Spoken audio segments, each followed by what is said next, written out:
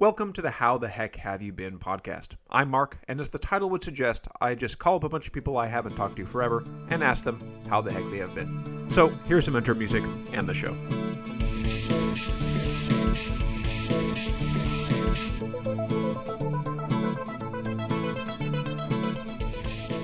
Okay guys, here's the last episode of Season 2 of How the Heck Have You Been.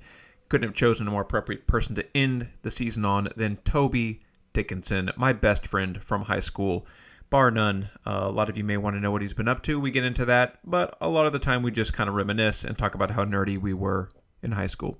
He is the third drum major from the LD Bell High School marching band that I've had on. First, Steve Pratt, the Davis Cox, and now Toby. So I'm quite a ways into my collection, and I hope you enjoy our talk. Here it is, and have a great school year.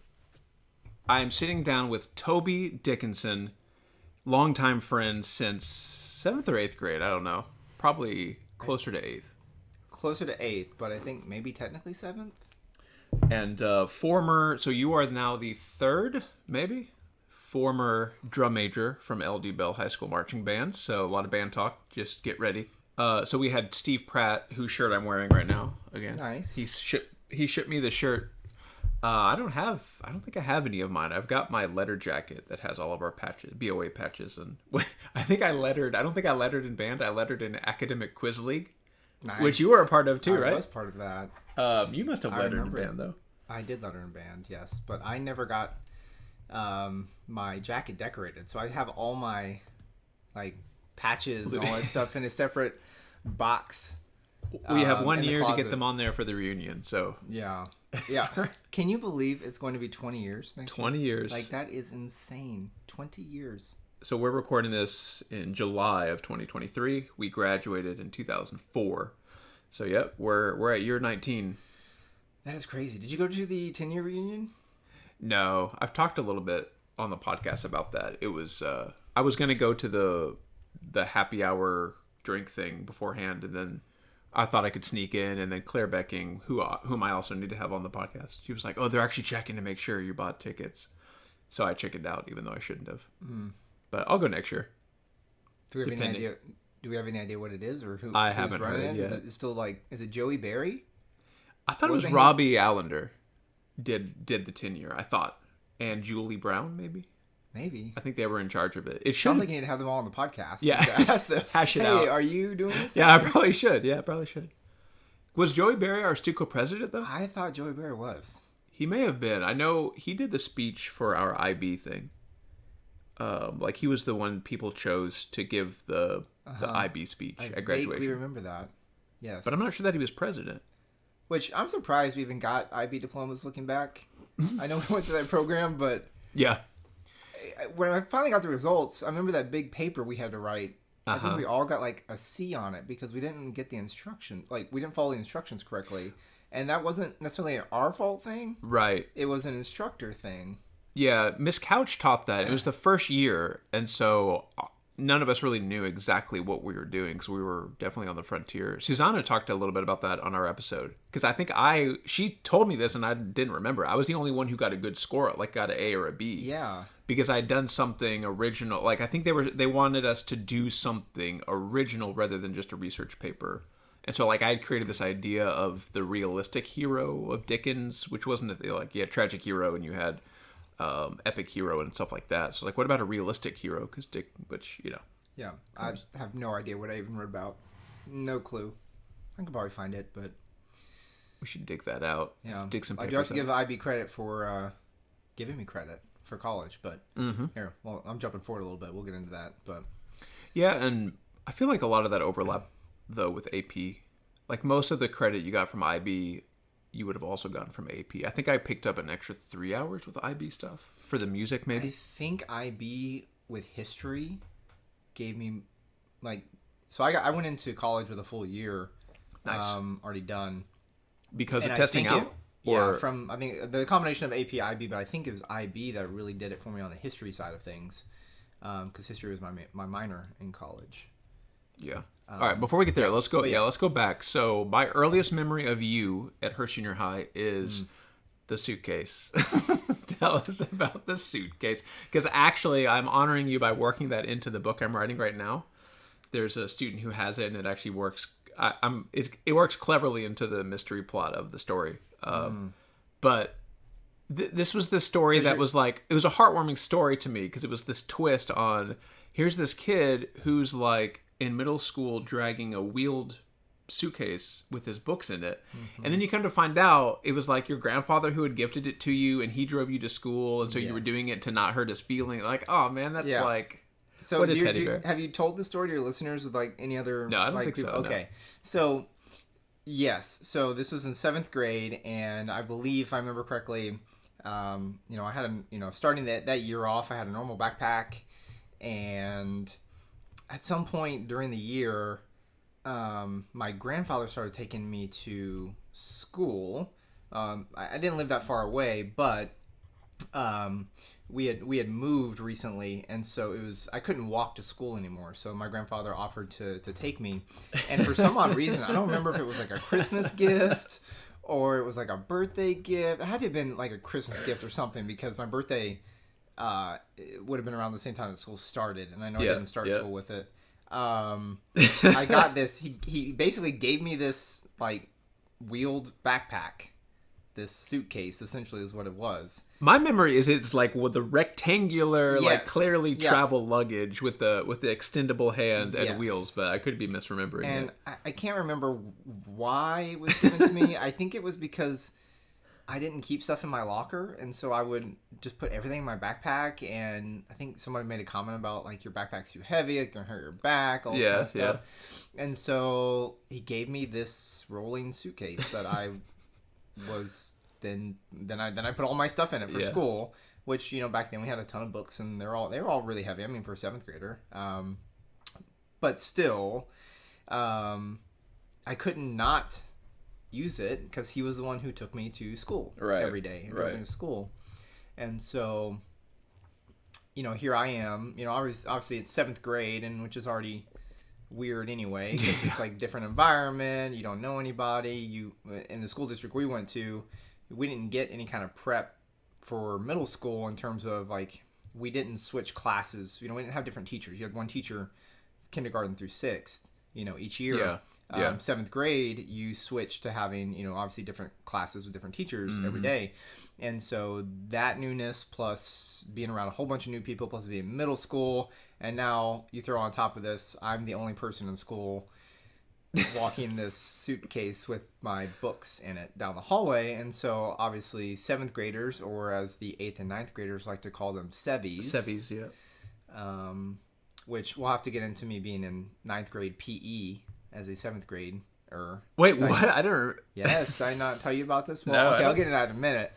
So the things that I went through as a 7th grade, kid, 7th grade student. So anyway, people would kick my my suitcase, like going down the hall from class to class, make comments about it, joke about it, obviously, and that wasn't always the easiest thing. And I'll let you pick up where you step in, because at one point you come to my defense. Yeah, there's two. I have a more shameful moment and then a better one. Because at one point I remember talking to, I think, was it Mr. Barrow, our band director, the first year or two? Yeah. And then it was Heiberger. Yep. But I remember going in and I was like, yeah, that kid with the suitcase, don't you think it's kind of lame? And he was like, no. And it was one of those moments where, like, he stood up for you, and then I felt really bad. I was like, yeah, it's kind of lame that I would just trashing on it. Like, it's just a suitcase. And so, I don't remember how long after that it was. I almost positive it was Lisa Reeder, who was really nice to us at Bell, right? Yes. But she was a year above us at her senior high. And she was, like, her and Brittany Bellardi, is that a name? I think they were friends. Yeah. I think it just came to me. They were messing with your bet. They were like, what are you doing with this suitcase, and going through it and lifting it up? And I walked over and I slammed the lid down. I'm like, leave him alone. And they both looked at me. I think they were 1 or 2 years above us. And they're like, sorry. They kind of walked off. I was like, that was my redemption moment for having thought it was lame and then salvaged myself. Yeah. 7th grade was interesting like that. So I mentioned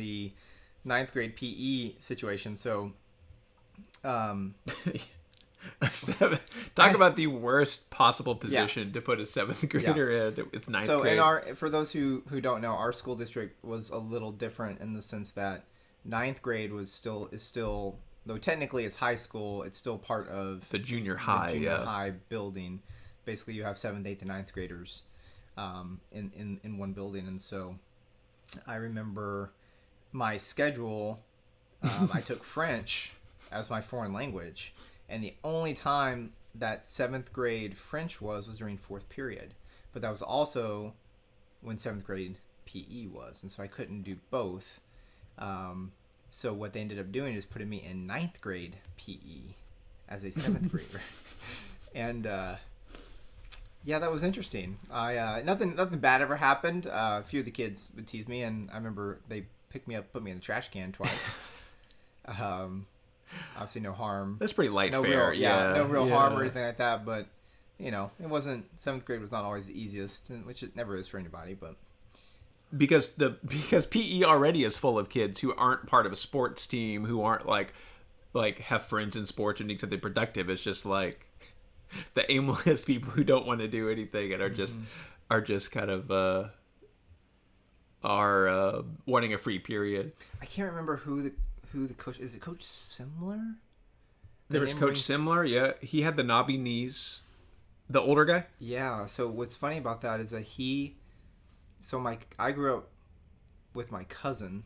I spent a lot of time at my grandparents' house and spent a lot of time with my cousin who's 6 years older than I am, and he actually had Coach Simler in football. Mm-hmm. And so he kind of knew me from knowing my cousin, and it was this weird thing to where because he was my PE teacher when I was in 7th grade for these 9th grade kids, so we would just kind of blow it off like, you'll be fine, like not a big deal, like he kind of knows who I am.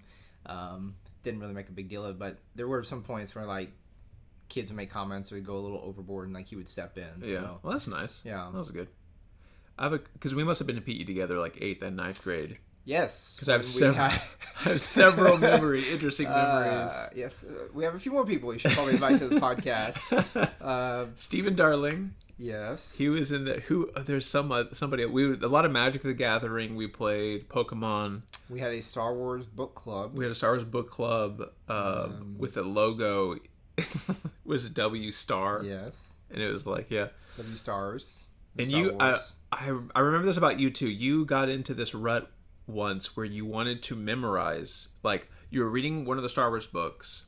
Oh yeah. And it's a whole philosophical, really deep question of. Yes. I remember listening to different podcasts, and they were like, if you don't remember a book, did you really ever read it? Mm-hmm. Or if you're well, I read it way back in college, but I have no idea what it's about. Well, then did you really read it?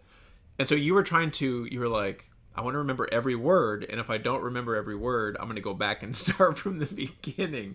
It's Toby, come on now. So I think that's the beginnings. I mean, there's probably a larger conversation there around what, something I've dealt with is OCD, and that's probably the beginning signs of that, where it's, now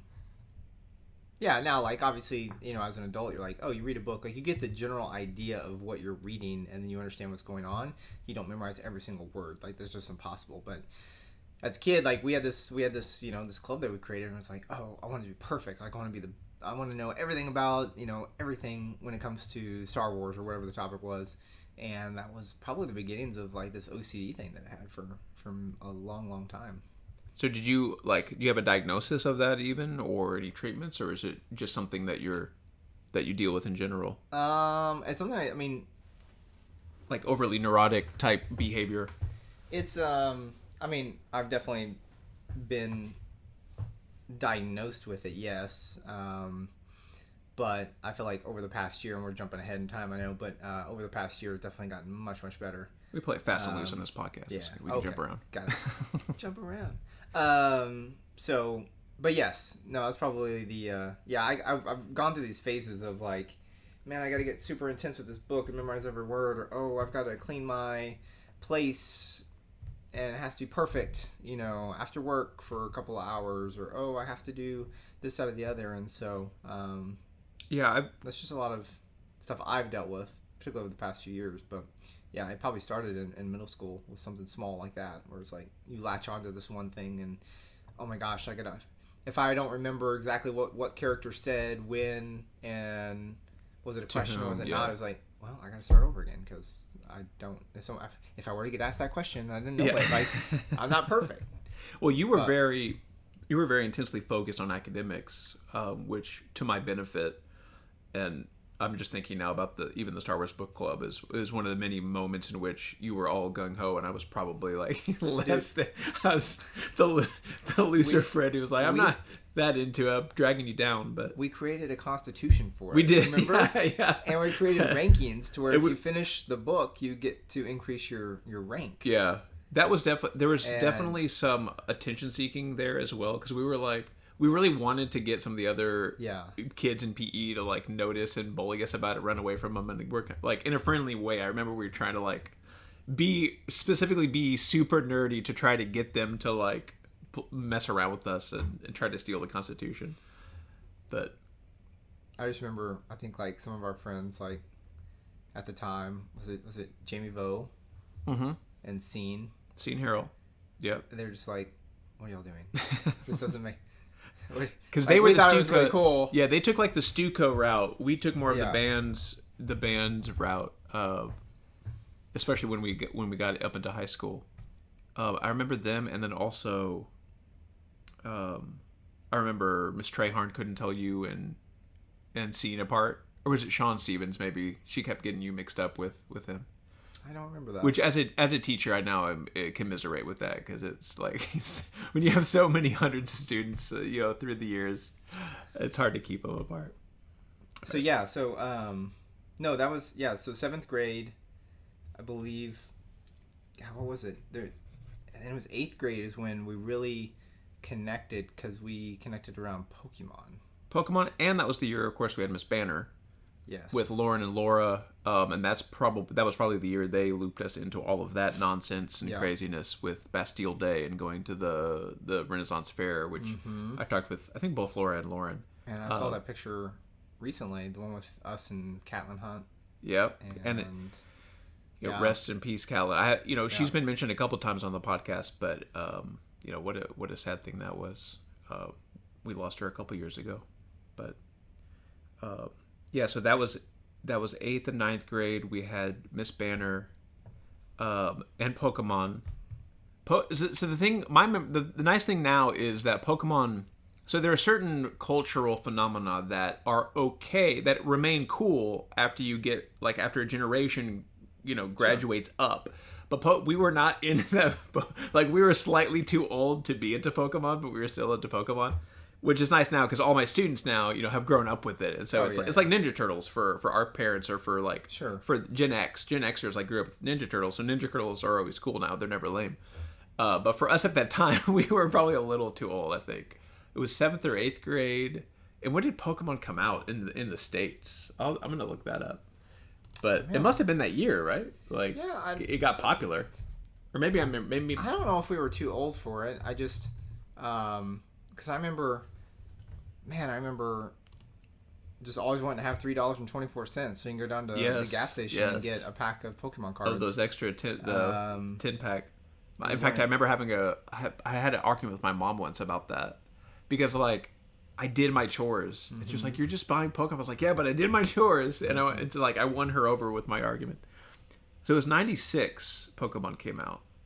That's true, because I remember playing the Game Boy game before the TV series. See, I never got to play Game Boy. My cousins had a Game Boy. I didn't. So I never got to play the original Pokemon Red, Blue, and Yellow. But yeah, so we connected in science class. And it was Mr. No, Rutherford? No. Oh, okay. Eighth grade. 8th grade. What it starts with an F, I believe. Oh, Farrell, yeah. No, Ferris. Yeah. And he was a cool guy. I think still to this day, one of my favorite memories is we had this project that we had to work on, which was we had to build this bridge. Yeah. Out of matchsticks or out of toothpicks. And I can't remember why. I think we wanted to ask him maybe are we allowed to use flat toothpicks or round toothpicks? Yeah, we could only find the square ones and not the regular pointy ones. And old tech alert, We had to look him up in a phone book. In the white pages. And we did. We found him. We called him at like 5:30. We found him in the phone book. Our teacher answered the phone, and we got the answer. Yeah. He was like, yeah, you can use them. Who would do that these days? That's funny. Like you would, it's just crazy to think about that we did that. He was a cool guy, too, because he was like a mountain runner. Like, he would go run mountains, like up and down the hills and stuff. Super in shape. But I think, we connected around Pokemon, and then, if I remember correctly, like, I traded because I really wanted your Alakazam. Mm-hmm. I don't remember what I gave you in return. I'm really sad because maybe a foil Venusaur, probably not. You probably wouldn't have traded that. But I lost all my nice ones. Like, I have a binder of all of just the basic energy cards and stuff. And I don't have all my like foil stuff because I got nostalgic a while back. I've got a close friend from a teacher friend who's super into Pokemon as well. Because he was wanting to build like a table or something out of all 100 original cards of the original Pokemon. It's like, oh my god, like this is a bunch. Yeah. Still, so I was like, I'm gonna look for my old cards, and I don't have them. I'm pretty sure I gave all mine away. Yeah. I can't remember to whom. We may have given away together at the same time. But now it's all digital and Pokemon Go and. Well, apparently some of the cards are worth. Even the energy cards now are worth a good amount, like 50 cents or $1 a piece. I've got the guy I do the prints for my artwork. He's into collecting all of that stuff, and he's like, "Hey, let me know if you have some." But yeah, I've moved from cards to Legos and Funko Pops, so that's my new thing. Yep. So I've been getting into Legos too because my daughters are right at that age where they can now do the smaller ones. And in fact, that's what Samantha's been spending all her allowance on is like $80 Lego sets. She'll save up birthday money, Christmas money, and chore money. Lego store is a great place for. We just went. Yeah, we went to Legoland last weekend. It was fun. It's kind of a weird. It's like it's almost sad to an extent because it's not quite. It's not quite Six Flags, like level of quality. It's like a mall, like Grapevine Mills, but it's still a really fun, nice place. But is Six Flags really that good of quality as an adult? No, but I mean, in terms of the size and in terms of like, the Legoland is like 8 employees at any given time, kind of just running through the motions, type of thing. But yeah, good times. All right, so I'm trying to think if we're missing any key moments of 8th or 9th grade. You played saxophone. We haven't mentioned that yet in band. Yep, saxophone. And that was what Barrow played, right? That was his instrument, or the head director at the time. Yeah, he played saxophone, and then and Heiberger too, wasn't it? Or did he play something else? I can't remember. I don't think he was brass. I just remember Mr. Barrow asking us like, "Hey, third band needs drastic help. Can you come help play with them?" I remember that for one of their concerts when we came in and we basically. I did that. Yeah. We played like first chair for both. You played for tuba and me for saxophone. I think there's only one other tuba player. It was the big guy. What was his name? Joe Lee. Yes. Didn't he play tuba? Which is I think yes. So so I remember he was like so impressed with how good I could play. I was like, I don't even practice, like barely practice. I mean, I practiced all the time, Mr. Earnhardt and Mr. Barrow and all of the people who often listen. Yeah, when we played Duel of the Fates, like in your head, you're was pretty cool. This is so good, but you go back and listen to it, and you're like, what did we play? I have some of the recordings. This is like 40 beats a minute. Like it's nothing.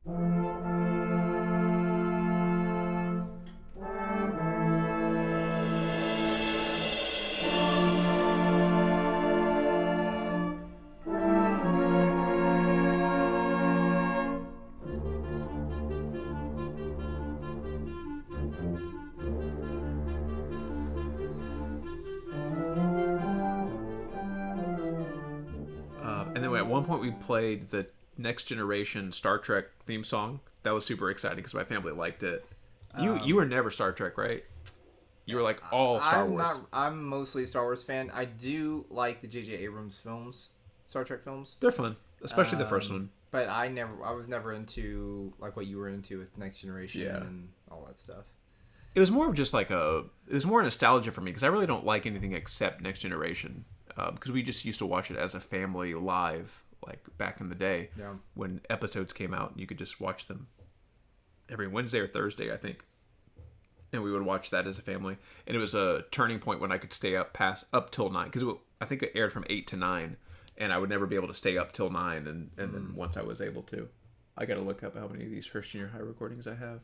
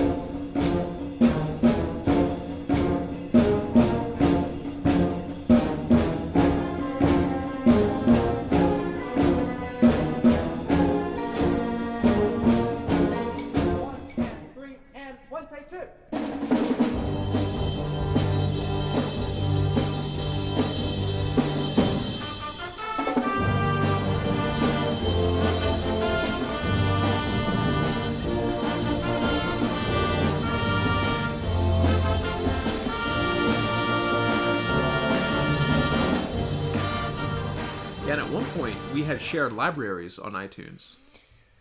Yeah. Somehow, you could. Oh, I guess you could just have the account, right? Like you could. It was complicated back then, man. Because you. In fact, I think I still have your backup discs back from. Oh my gosh. 2003 with all your iTunes on it. I just remember always being so jealous of your computer and Why? your 1 gig hard drive. Oh yeah. And you were the first. I remember you were the first one of our friend group to get a cell phone. The Razor. You had a red Razor, and you were the first one to get like an iPod Shuffle. I remember that. Went to Best Buy, remember, and got that. It was like 512 megabytes, and it's like, oh my god, it's like 72 songs. It was so cool. What was that shuffle? What did that shuffle look? Was it the gum stick? Was it the stick of gum looking one? Yeah, it was white with and it just had the USB little cap came off. You could wear it around your neck. Yeah. And had the waterproof case on it. Yeah. That had or the not proof. It was moisture resistant case. Man, those are the days. I rocked that shuffle in college working out. All right, so let's get into high school then. High school was next level. Just tell me a little bit about your reaction to like marching band in general and to that program. The common theme of this podcast. Well, I mean, kind of going back a little bit, I mentioned my cousin. Because my cousin was 6 years older than I am. When I was in, late elementary, middle school, he was in high school. I went to the same high school. He went to LD Bell as well, and he was on the football team and he was quarterback. And so I remember always going to the football games pretty much every Friday with my grandparents. And so from a young age, like, I always knew, it's just in the back of my mind, I want to be a drum major. Like, I just want to do that. That seems so cool. The band is awesome. I just, like, instantly fell in love with it. And so I'd always wanted to be a drum major. And so, you mentioned, different paths of going into high school. And some people go, like, the student government body route and all that kind of stuff, and we went the band route. And I mean, getting to go into high school knowing basically like 200-ish people, it was definitely advantageous. Well, I mentioned that to Steve Pratt on the episode too. The fact that somebody with that much clout he had already built up, we were kind of shepherded in, and he was so nice about it. And like many of the seniors and juniors at the time that we went in were. Yeah, I think Steve and Kristen Talley are like great role models for 10th graders who are into a marching band that I don't think when we stepped into it realized how intense it was going to be. Yeah. Like, we were nervous, obviously, like LD Bell had just won state the year before, but as a 9th grader, you don't have that perspective that you have. Like, we're how old are we? Like 14, 15, 16. Yeah. And it's just, you just don't, you're a teenager. Like, you don't put that stuff together, realize how important it is. And so, I think looking back, like, it was great to go into band, great to start high school off kind of a month before school. Yep. And you get to kind of learn the building and learn how things go. And, a big part of your life is already started because, we're doing marching band twice a day. It's such a good point because it was such a well-oiled machine that we were just kind of onboarded to it. Yeah. And it solved so many of our problems for us right. that we never knew we even had. Yeah. So by the time school started, you already know 200 other people, which for our class, I think we graduated with around like 580 something kids. I think it was more than that. I think it was like 650. And so, I mean, it's still like a third of the class, right? Like, a third of the class, which, definitely looking back, we weren't a huge high school. Definitely not nowadays. High schools are ridiculously more populous now, but it was just awesome to start high school off that way. And so for marching band, like, I knew that was my goal at some point was to be drum major, which I did get to achieve in 12th grade, which was definitely awesome. Did they even do junior drum majors? They do now, I believe, at Early Bell. But which makes a little sense. So like, at the time, I don't believe they did, and there were only 2 of them, and now there's 4, if I'm not mistaken. The last time I saw them. So. Well, yeah, because Mr. Earnhardt was saying that the program has grown. Yeah. There's like almost 300 kids in band now. Yeah. When we were there was like a little over 2. Awesome. Yeah. So yeah, no, and that's where I think obviously you and I, but also just our friend group, like we pretty much had, if we didn't have the same classes together, we had the same teachers, maybe just in a different order. Yeah. Because we're all in AP classes or GT classes. And then when we got into 11th grade and started doing IB stuff, we basically did have all the same classes together. We would have had to. Or we were maybe a class off, but the content was still the same. But, that 10th grade year, I still think, not to get too depressing here, but I still think that the one thing I remember from 10th grade that we were all impacted by, obviously September 11th. Yeah. We were outside practicing. Mr. Earnhardt stopped us and was like, hey, something's happened. Something has happened. We're all going to go inside. And at that time, like, there weren't TVs everywhere. And I remember we turned on WBAP 820. Or maybe it was 1080. I don't remember. WBAP. And we were just listening to the towers had just collapsed and the Pentagon was on fire and there might be another plane out there. And I think as a collective, like, obviously, again, I don't think we had the perspective of how, like, what that meant. Yeah. Like, we knew it was serious and it was scary, but we didn't have that perspective. But still, to be around 200 people who are going through the same thing, like, it was comforting in that sense. Like, you're not by yourself. You're not alone. Yeah, my memory is like a radio in the middle of the band hall, like on the director's stool, so like listening to a radio, but that might be fake. If I remember correctly, so we had that sound system. So if you're looking at kind of where we would sit, look where the director stands. To the left, there was that sound system, and I believe they put the radio on there, so it was on the speakers throughout the entire band hall. Yeah. Which it was really loud because I remember after that period we went to the next class and like there were very few TVs. Well, I think we may have had Miss Trahern together. Did we? I can't remember because I think her class was the first class after band. I could have sworn I had like a history class right after band. Oh, maybe. And then... But I do remember them wheeling a TV in at some point in one of the classes. I just remember going to Laura DuPay's house that night because we had a project that we were working on. I don't remember what it was for, but I remember being outside and seeing because it was so quiet, right? Because there were no airplanes in the sky. Like, looking back, I'm like, wow, their planes didn't fly for 3 days, which was insane. But there were fighter jets that flew over. And like, Laura and I ran outside. And like, what is going on? Yeah, I remember that too. Crazy. I was at home and that happened, and they were scrambling jets. Yeah, I was like, is this another one? Yeah, right. Is this our jet? I hope it is. That's crazy, but 10th grade is really obviously when we all got our close friend group. I can't remember if that's the year we also joined Academic Quiz League, or if that didn't start till 11th grade. I think it may have been 10th. Yeah, so that was really cool. Got to go around. I don't think we were as smart as we thought we were, and we didn't study as much as we probably should have. No, but we did really well sometimes. Like we did. We won a couple. We won. Who was in that? So I know Matt Schofield, Sarah Smith. Yeah. I remember I still have a memory of being upset with her because this is when we were dating, and it was the question about the answer was jet propulsion, which is how squid move.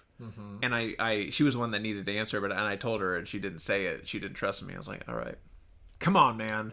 I knew that one. No, but I really enjoyed that because we got to go around the different schools and drive around the city. Drive around at night. We were like with other students at nighttime doing quiz competitions. It reminded me of cool. Spider-Man: Homecoming, kind of, because they did the same thing. It was kind of that same mentality. I don't remember a teacher being there. I'm sure I think it was Treharn actually sponsored it, maybe, or maybe or was it the history teacher? It was the history. Ballard. This maybe. Guy, yeah. Well, even now, and I think I mentioned this maybe on a previous episode of the podcast, but my same friend who's a Pokémon, he does his own trivia night over at a restaurant off of 35 Boston's. You should check him out. It's Get School Trivia.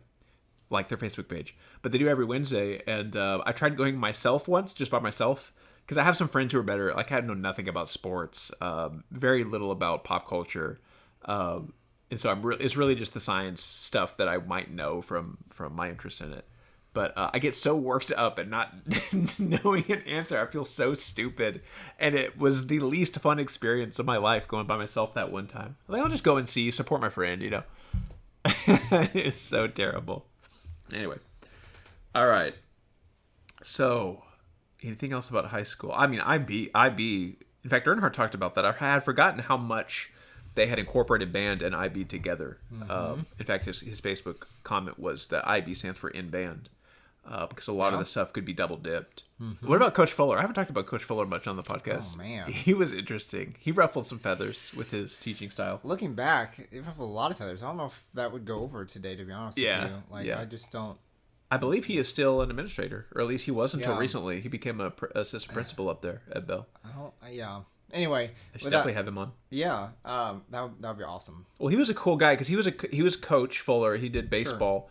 Sure. And he was really busy in trying to do IB and coaching. I mean, I think at the end of the day, what I really appreciate about him is that whether or not you like the way it was done, he basically wanted you to create the connections between, in this case, history and terms and topics and how history relates together, right? Like, history isn't a linear thing. Like, history happens all at the same time, and it's three-dimensional, if you think about it that way. And it's not one thing leads to another, leads to another. It's all happening at the same time. That everything impacts everything else.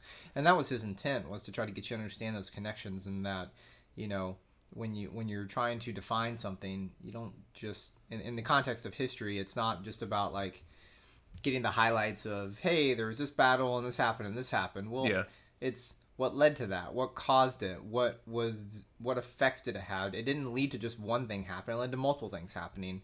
If this hadn't happened, these other things wouldn't have happened. And that's what he wanted you to grasp, was the three-dimensional aspects of history and how everything affects everything else. And I think, where probably most of us were taught, it's just, okay, we learn about history, we learn about its topics, like this happened, and this happened, and this happened, and then we take a test, and you pass it or not, and then you move on to the next topic. And that's not how he operated. Yeah. No, it's not. Not at all. Well, there's really two things going on, and what the students whose feathers were ruffled, they were bought into the system of, like, I need to get a good score on the AP test so that I can get a good college course, so that I can get my college degree, so that I can get a good... And it's like he wanted more than that, right? Yeah. And so he was doing he was one of those guys that was really led by personal philosophy, wanted to do something really interesting. Like, he used to grade our stuff with movie titles and not tell us what they meant. Because it was all the GPA kids who really wanted to be like you, top 10, who were like, but did I get 100 or not? Like, what were the I think some of them are M. Night Shyamalan movies. Like, he would either Can't it even would remember, be but like, Unbreakable, Signs. I think Signs would be the best. You're like, what'd you get? I got The Godfather. What does that mean? Not quite sure. Mine was Pulp Fiction. I don't know. So, but he would just give us lists, right? Like, for a lot of the major assignments, he would just like, here's all of the stuff you need to know for the next 3 weeks about, whatever, World War I. So you'd go research it. And like, we weren't even quite sure what we were supposed to be doing with the list. I would love to have that happen with more modern movies now. We'll be like The Last Jedi. I really don't know if that's good or I bad. don't think that's good. I love The Last Jedi, and I think most people don't. That's a whole other conversation. But that would be really fun to do now. But no, I think looking back, you can appreciate to a certain extent what he did. But yeah, to your point, IB was such a huge thing, and with music, it was like the music theory piece, which looking back, like that was also like really hard still. Mm-hmm. Like I don't. Yeah. I really appreciate, just side note, like I sing a lot, I whistle a lot, like I love music, like that's just my thing, like just music and lyrics, and people always comment like, how do you memorize all these songs? How do you know all these song lyrics? But if you were like, hey, sing me this certain note, and like is this I mean, yeah, minor, major, sure, but like I'm not like, I can't just pull a note out of a hat and be like, oh yeah, that's a third blah blah blah blah blah. Like so the music theory, the music theory piece just blows my mind. And looking back, I'm like, well, as a kid, like, because you're still a teenager in high school, like we weren't ever gonna be great at that. Yeah. I remember we got La Mer, right, by Debussy for the IB test. The piece of music we had to analyze was La Mer. Yeah. One of the most famous pieces of all time. But as a kid, you're like, oh, I've heard this before. What, this in Twilight or something? It's duple time, not triple. That's about as far as I remember getting. It sounds kind of melancholy, sad. The piano's slow. Impressionist, I think, is technically what it was, which I didn't even realize at the time that transcended art, visual art. I didn't know that there was musical impressionists as well. Yeah, but IB was definitely something that it was. I think it was unique because it was the first year for the school district to implement that, and so we were all going through it together, students, teachers, to try to figure out, hey, how do we do the best thing for how they were trying to take care of us, make sure we passed. Yeah. We were trying to just do what was asked of us, and sometimes it worked out, sometimes it didn't. In the overall score, like I was saying earlier, but I think most of us graduated. Who were in the program, I think. I can't remember. Maybe with the diploma. Yeah, with the diploma. I think there might have been a few people who ended up not getting the diploma. There were a couple who didn't, I think. But it definitely was helpful, for sure. I'd be interested to know how the IB program's working out now. Yeah. For current students. Yeah, I would too. In fact, I had a student. I think I told Laura this on the show. I had an LD Bell student reach out to me through Facebook and was like, "Hey, I found your poem from the TOK book of poems. I just want to say I really liked it." And this was like, oh my god, what? So I kind of want to reach out to I need to respond to him. Wow. This was a couple years ago, but I think you should listen to the podcast. You will get all the history of how leading up to that. I also feel kind of behind. All my friends here have written books and have books coming out. No, one of you, Lauren only. Yeah, but I've written some, but artists not published. And books and. In fact, I can't wait. I'm so proud of Lauren. Her book's coming here soon. Amen. In less than a month. I don't know much about it, but if the title says this is not it's not a cult, it probably is, right? Spoiler alert! Yeah. It is a cult. Okay. All right, let's see. I have a poem here written by Toby Dickinson. No. I read Laura's. Do you want me to read yours or not? This is good. Sure. I have no recollection of this. All right, let's see. If it's too personal, I can cut it. But we had to read them in front of the class. So now is this for IB? This was the IB Where I'm From poem. Okay. Remember we wrote in Theory of Knowledge with Mrs. Couch. Yes. So shout out to that was an awesome class. I don't remember. We must have been the same one. Awesome teacher. Yeah, I think we were. Yeah. Maybe not. There were only two. I think there were only two sections of the IB kids. I just remember being in the upstairs hallway by the band hall. It was like this really weird, random hallway where her class was. Where the art room was? Yeah. It was her and Miss Ivy were the two art teachers. You go out the band hall, you take a left, and then you go up the stairs, and it's like in that hall right there. Anyway. She had a cool little room. In fact, I still have my cup of Zen. Oh, nice. It's got the name. Yeah. She gave us little cups of Zen. We could make tea 2003 to 2004 from Miss Couch with some dice in there and a bunch of random stuff. Wow. All right. Where I'm from. I am from North Richland Hills, which is where we are right now. From Darren and Barbara. I haven't moved very far. I am from the care of my loving parents. Smiling, happy they are. I am from many different houses of living, whose place and layout I remember as if it were yesterday. I am from Hamburger Helper and Potatoes, from Hearst to Euless. I am from the elementary school, the junior high, and the high school in Hearst, Texas. I am from my grandmother's care, chocolate milk and strong Starbucks. From my hand I cut on the garage door, I remember that, to the puppy I lost in 9th grade. In my closet is a bucket of old Legos spilling over the lip of the box. A rainbow of all the colors to dream of tall castles and great kings. That's a good line. That's a good line, Toby. He's covering his face. I am a compilation of these moments, flying by as quick as the wind, but still living with the ones I love. By Toby Dickinson. Wow. Give some snaps. Again, I have absolutely no recollection of writing that. But what's amazing to me is how little has changed. I feel like since I wrote that, like, still collect Legos. Yeah. Still love Hamburger Helper. Yep. I don't know. That's pretty funny. That's cool. Thanks for reading that. You're welcome. Fish this out. I need to go through that. That's awesome. Speaking of Barbara and Darren, two favorites of mine. Oh, one of the high school memories is after the Pennington practices, which were at least Fridays. Was it only Friday morning that we did Pennington, or were there other days of the week? I think there were other days during the week. I think we, particularly as we were leading up to maybe half and half competitions. Yeah, we did more. There might have been like a Wednesday thrown in there as well. Do you remember what time we got there? Was it 6 a.m. we got to Pennington? We got there it was either 5:30 or 6. Yeah, it was early. And we would wrap up, and then we'd go to... So we would go to your house, Laura and I at least. Yeah. Maybe just the three of us. Yeah. And then change. We would change, and then your mother always had a stash of Eggo waffles, and I would just cover them in butter and eat them, and I was very thankful to have that breakfast. And so anyway, your mom and dad were very welcoming. Yeah. A lot of sleepovers, a lot of me eating y'all's food. Games. Yeah. Super Smash Brothers, planning out lightsaber battles, choreographing lightsaber battles. We still have not made it that far. We've made it about 15 seconds. Someday we will. Yeah. Someday. You still can't beat me at Super Smash Brothers 64. That's true. But you have started to beat me in racquetball lately, so that's definitely a change. So that I should have started with this, but this is a unusual episode in that we have been in contact. So I had Lauren and Laura on the episode, and for any of those who want to be on the show, just reach out to me because I don't have any sort of plan of when to schedule people or any order I'm doing it in.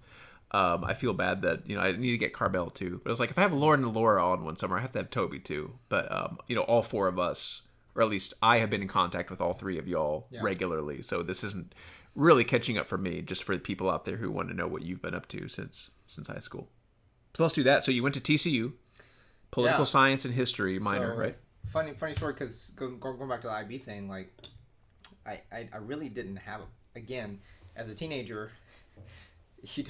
You don't always think what's my future going to be? It's so crazy that should I really go to college? You just don't have this really grasp on life. Looking back, it's really alarming how much decisions you have to make as an 18-year-old and how unequipped you are to do so. I can kind of really appreciate more how parents are no, you need to do you need to do this. You need to make a decision. You need to be anyway. I really didn't have a plan for going to college. I mean, I was going to college, but it was well, I guess I'm gonna go to UNT because I can get in there because I graduated top 10 in my class, so it wasn't gonna be a question of whether I could get in or not. But I actually applied for TCU, and I submitted my application, and it was after the scholarship deadline. So I think the scholarship deadline was January 1st, and I submitted it maybe mid-January, and I ended up still getting a scholarship for some odd reason to go to TCU. And so I was well, I guess I'll go there then. Because what kind was that, academic scholarship? Yeah, I'm trying to remember exactly, but yeah, I think it was academic, and it paid for basically a year and a half. And the nice thing about one thing, we're so old that college was a lot cheaper 20-ish years ago. Inflation in education is the worst. Even outpaces healthcare, which is... Well, I think whenever I went to TCU, incredible. It was $18K a year.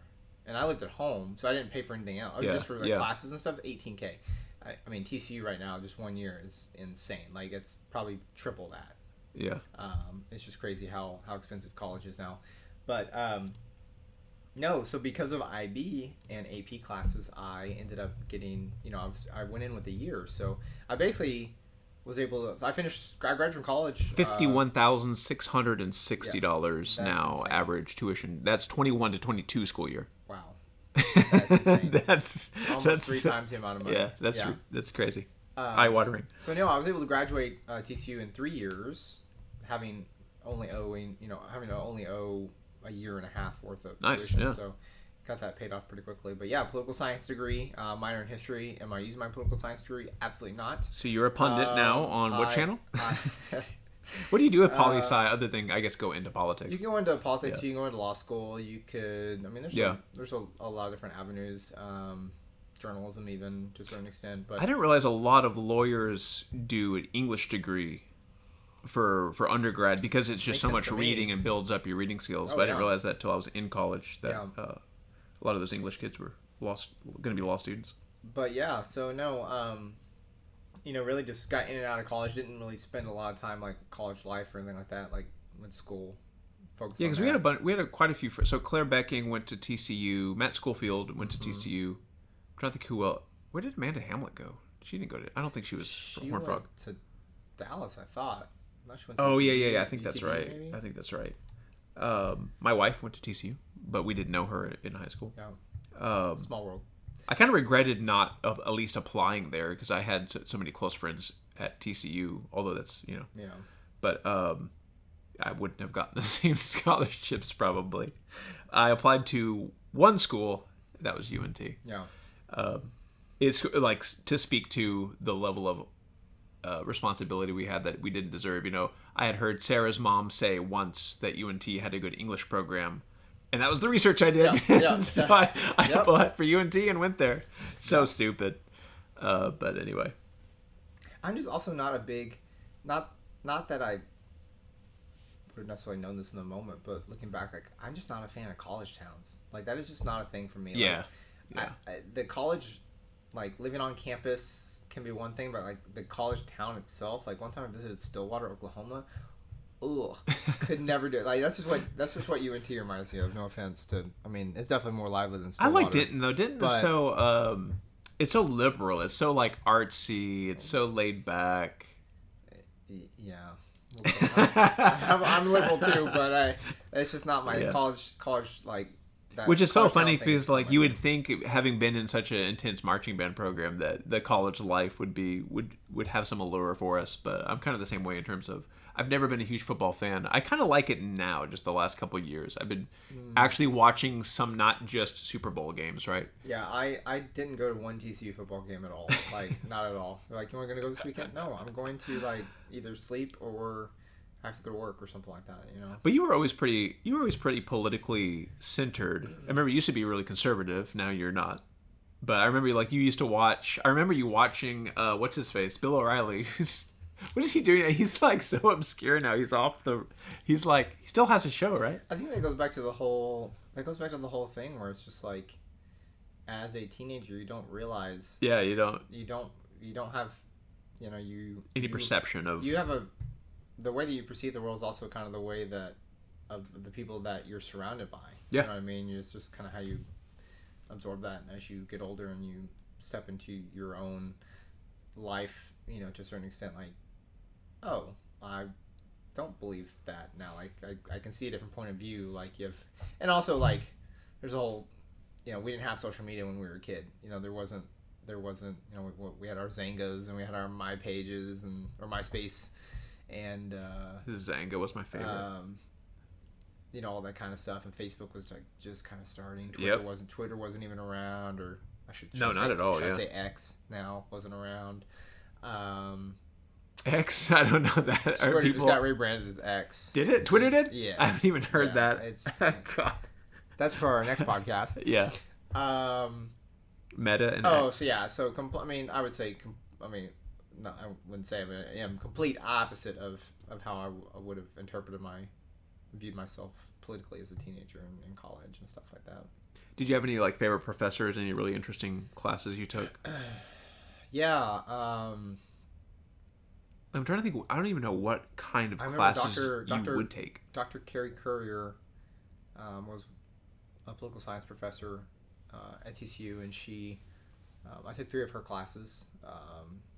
I took a lot of British history classes and Chinese history classes. Okay. I really enjoyed her classes. She was tough, but also just very, like, kind of like Mrs. Banner, like very tough, but also very fair. Yeah. But like if you put the work in, like she wants to like have a great relationship with her students, and so I remember one time it was like near the end of my time at TCU. I just remember like she's like, you don't need to take the test, like you don't need to take the final, and I think I ended up taking it anyway or something. Yeah. She's like, you really don't need to take the final, like you're good, like I know you know your stuff anyway. But nice. No, I really enjoy that. Like I also like as an adult, I wish I could just go to college and just like sit in on classes, like just the idea of just like learning stuff, audit them, and maybe not have to. Well, you can't. There's a lot of cool things. I started to take, I think through Yale, they have a lot of free like video courses you can just watch the lectures of. It's really interesting. So I took what was it? It was a literature one of some kind. Kind of, I think philosophy and literature is really interesting. I know there's so many resources out there, but it's also weird because it's like the idea of doing online school is still foreign to me because I never did that. And well, I had a couple online courses at UNT and they were terrible. Yeah. And even still today, I people who tell me about their online courses they take through college, even good college, even like not just the online schools who just are factories, diploma factories. But it's just not a good way to learn. Like, in fact, when you were mentioning that professor, one of the best pieces of advice I could give to a college student would be to, and I heard this when I was at UNT as well and tried to do it, but didn't do it very well, was like find 2 or 3 professors and really make a connection with them. Like stay after class, make sure they know who you are, because you need them for recommendations or for even for job, even networking.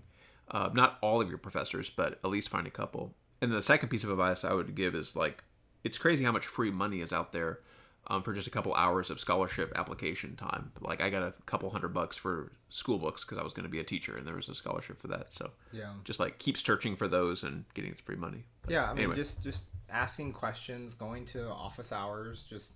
I remember one time I don't even think we chatted about school stuff. It was just about like college life and what do you want to do with your, what do you want to do in the future? Like, here's my advice from my point, just anytime you get a chance to talk to a professor, like they're just, at the end of the day, they're also just people. And so they have like their own unique perspective, right? And they're definitely valuable. So plus someone's paying that money, either you or a loan or your parents or whatever that is, like make the money worth it for sure.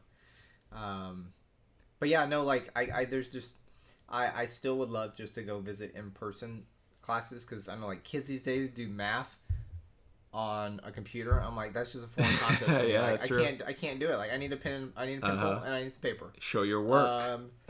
Like I don't even care about that, but I'm like, I'm doing math by hand. I'm not like trying to type it on a computer. Right. I need I don't know, like I always took notes. I never, which is weird to think about. I graduated college and the iPhone hadn't even come out yet, which is really weird. Like that's true. I didn't have a computer. It was right at the cusp. I graduated in the summer of 2007. So the iPhone came out late June of 2007, and it was just crazy to think. Like I didn't have a computer. I remember you trying to convince me that it was going to be big. I was like, Toby, nobody's going to want a phone, a computer in their pocket. So, like, you can listen to music, but if you get a phone call, it'll interrupt them. I was like, I don't want my music interrupted by. I'm so dumb. That's why I'm not a tech giant. But anyway. But I'm always used to doing notes by hand and all that stuff. Like I didn't have a computer, didn't have a notebook in college. Like I did everything pen and paper. Pencil and paper. So again, old school. Alert. Yeah. Old school. Yeah. We need reactionaries out there who are going to be, keeping us honest, and because you mentioned social media, but it's deranged us a lot of people. It's been good and bad, right? So what's funny is that we've looped back around to we had flip phones at the time, and now flip phones are starting to become a thing again. Just with modern technology, so everything comes back around. It all comes around. Now you work for a company whose name we won't mention, but most people probably know. Was that right out of college, or did you have jobs before that? No, so actually, when I graduated, so literally the day that I graduated, well, I didn't graduate, I guess technically for a few months later because my last class was a summer class, but the very that's last, lame because then you don't have a good graduation, right? I didn't go to my graduation. Yeah. I didn't go to graduation. It was in August and I had moved. But literally my last day of school, I took a test and was done, got in my car and drove to upstate New York. Nice. With my ex at the time. Well, not at the time. Yeah. That would have been That's really awkward. And it was like the first time I'd gotten out of the house because I lived, like I said, I lived at home. I forgot you moved to New York. I completely forgot about that. Yeah, it was about 8 months. Yeah. It wasn't too long. But it was the first time I'd gotten away from Texas, and that's when you became a liberal. That's right. Yeah, New York. Yeah. No, but upstate New York is gorgeous in the summer. Don't stay there for the winter. It's absolutely terrible. Yeah. No, I came back. Funny, worked with your sister. Yeah, I was about to say that's. Yeah, I've worked with your sister before. Oh, did you work at Office Depot? Yeah. Oh my God, of course you worked at Office Depot with me at the same time. Which I have memories of that, and it's just now occurring to me we worked together at Office Depot. That is the worst. I'm the worst friend because I had completely blanked that out of my head. Anyway. So yeah, but we didn't work at that. We didn't work at the same store for long. No, Kelly didn't. Kelly didn't. I worked with Kelly. You and I did. You worked in college up in Denton. Yeah. I worked with your sister. That's so funny. I can believe. I think there was a small period of time, maybe, where we worked in the same store, or at least you helped a couple times or something like that, because you were like supply stuff. We worked together for quite a while, though. I think it seems like everyone on your side of the family's friend group, has worked at for that company for a while. But yeah, so when I got back from New York, because I couldn't do the winter, and I came back to Texas, and it's too cold. It's too cold. Cars you have to like start your car saying it's 20 degrees outside, just not fun. I went back to work for them, and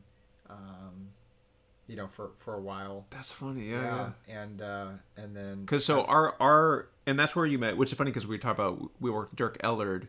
Mm-hmm. And he dated for a while Liz Dean, right? Yes. Is her last name, who went to LD, who was in the marching band with us. I've seen many times at concerts. And I forgot Dirk was a drummer and was in drum corps as well. Yeah. I forget do you know which corps he was in?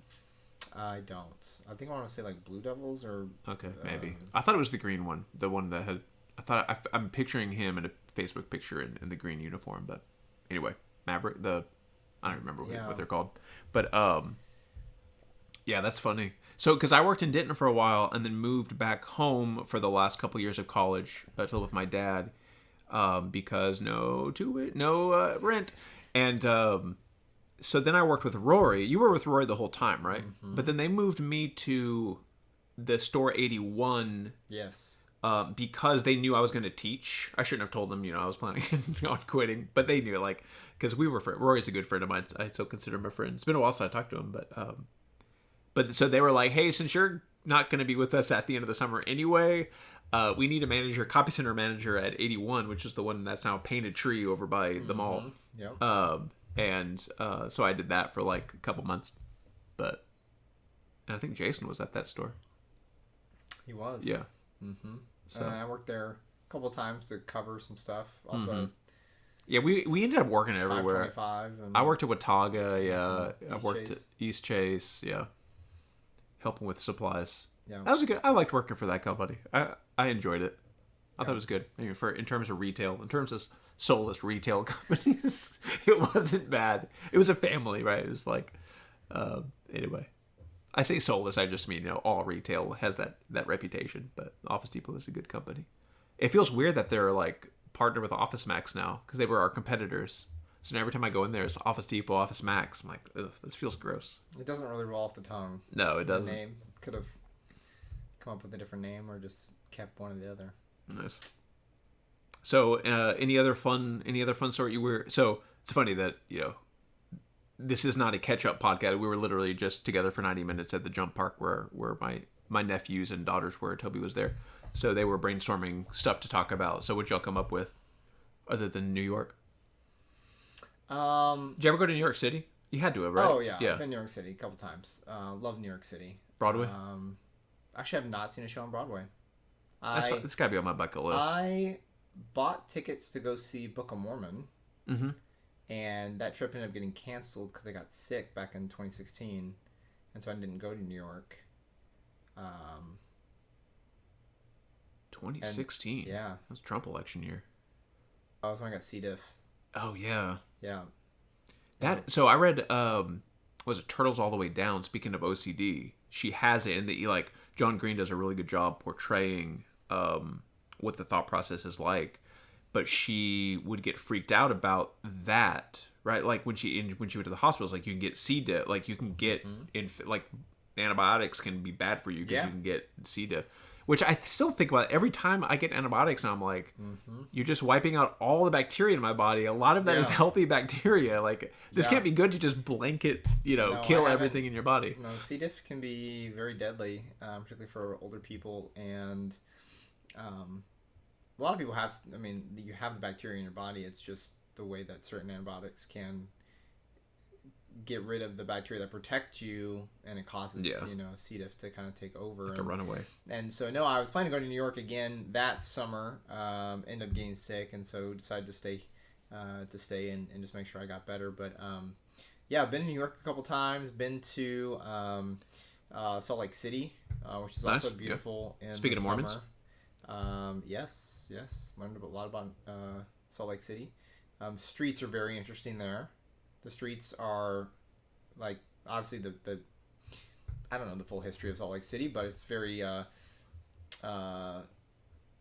planned out, and it's planned out around the temple, and the streets are numbered based on how many blocks away they are from, like, Temple Square.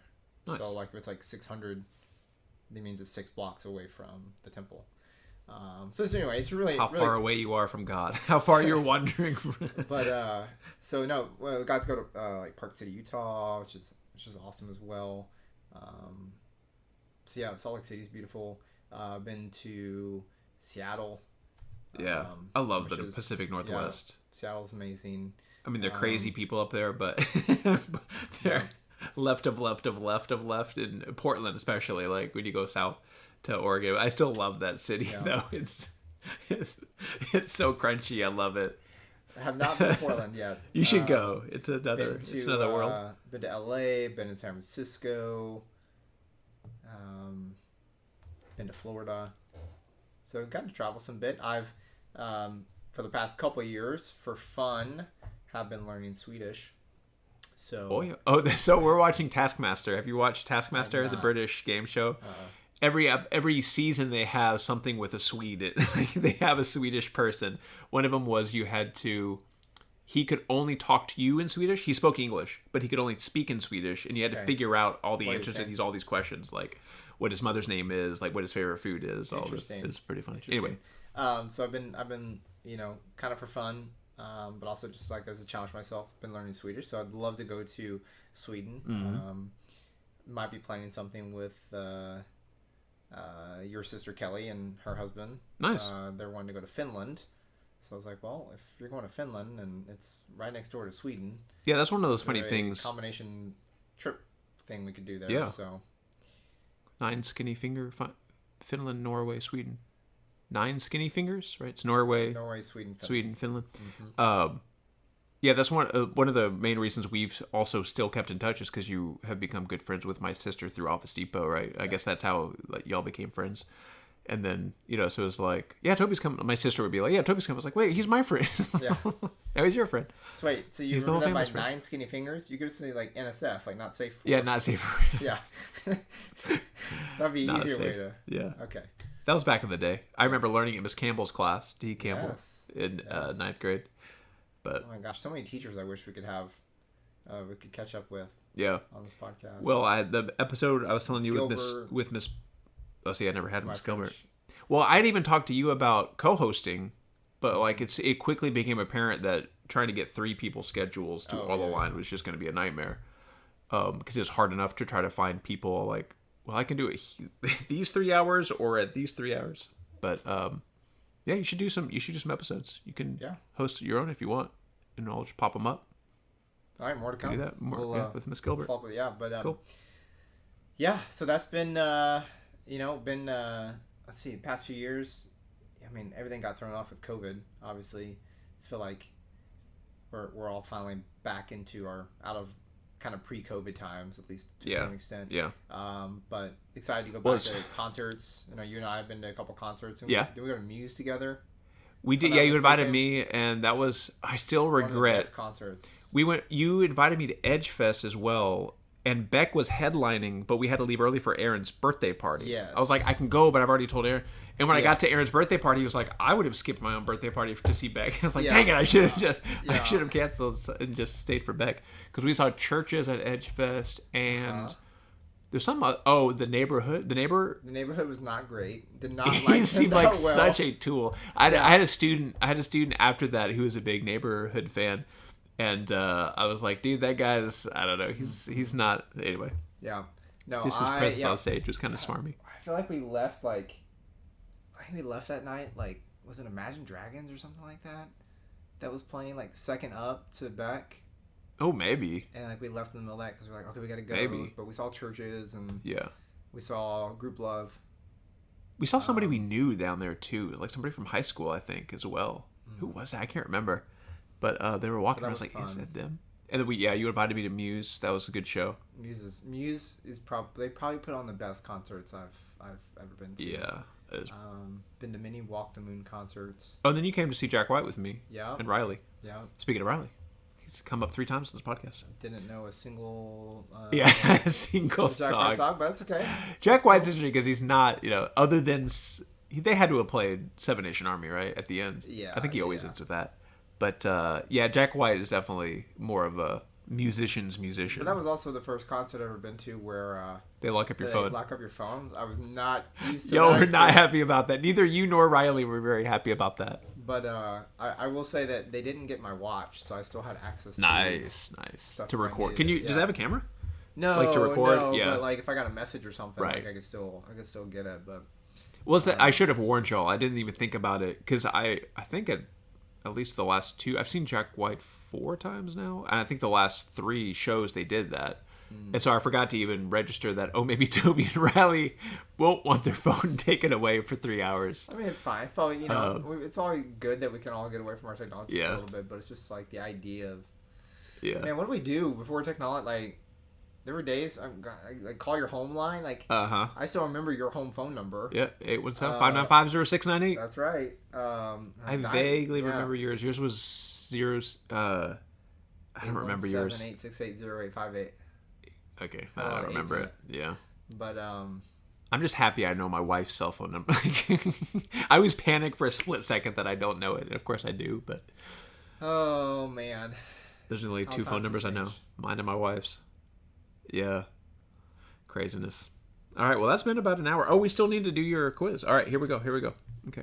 Completely forgot. We're just I'm excited for this little surprise. What are we doing? Only 3% can pass this Star Wars quiz. Okay. Can you? Had a feeling. Now, we grew up loving Star Wars, and also we had a Trivial Pursuit Star Wars game that I think we eventually memorized all the answers to that I owned. We also played, and I never once beat you at the game. It was the one from Queen's Gambit. Queen's Gambit. Yes. That was a good game. Well, because you always played... Not to be confused with the Netflix show. Yeah. You always played one side, and it was the side that was hardest to win as. So you kept wanting to see if you could do it. So it wasn't that I was better. As the Republic, and you always played as the droids. And the way it worked out, I think because if you knew the statistical fact that you're most likely, when you roll 2 dice, you're most likely to get 15 or 16. Is that right? Like 7 and 8 is the most common, because you get... No, 7 or 8, you're most likely to roll, right? Yeah, because you get a 1 and a 6, a 2 and a 4. Anyway, so I was able to use that to my advantage and just always won. All right, in A New Hope, I'll ask you the first 10 questions. Hopefully this isn't clickbaity and is going to be making me pay or something. Okay. In A New Hope, Leia is kept on the Death Star in what cell number? Multiple choice. A, Roman numeral 4. B, 1178. C, 4871. Or D, 2187. I thought it was 1138, the THX. But that's none of these. D, 2187. Correct. All right. What were the jobs of Luke's Aunt Beru and Uncle Owen on Tatooine? Moisture farmers. That's easy. Moisture farmers. Okay. B, yes. Only 3%. How many languages does C-3PO claim to be fluent in? 6 million forms of communication. A, 12. That's not an answer choice. Okay. B, 600. C, 200. Sorry, 6,000. C, 200. Or D, more than 6 million. Okay. More than 6 million. Okay. Which character is partially named after George Lucas's son? A, Bryn Derlin. B, Derek Hobby Clivian. Yeah.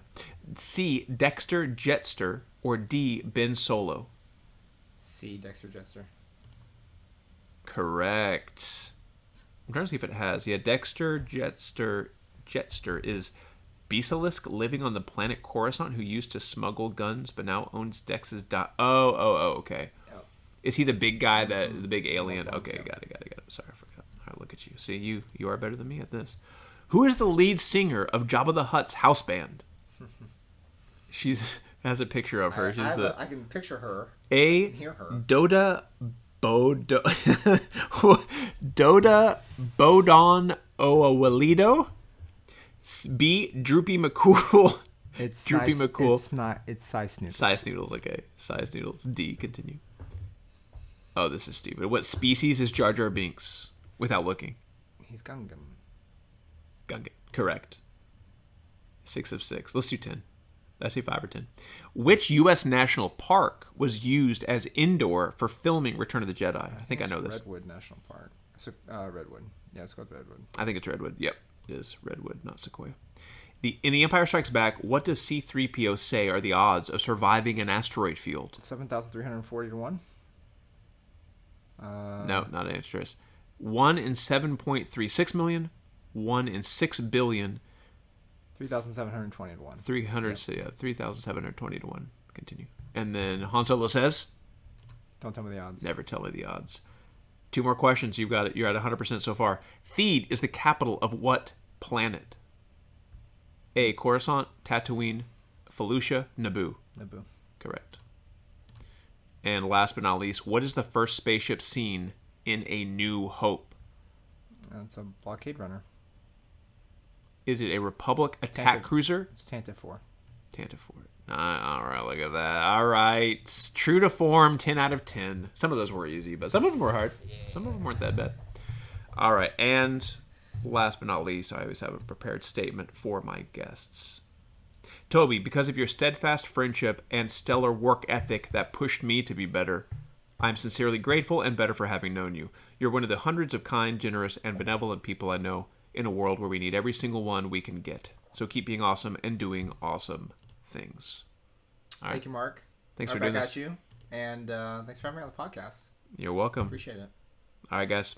Bye. Bye. Hey guys, before the outro, just wanted to remind you that the How the Heck Have You Been podcast is brought to you by the Art by Marker deck of playing cards. So I hand drew the artwork for all 52 cards plus 2 jokers.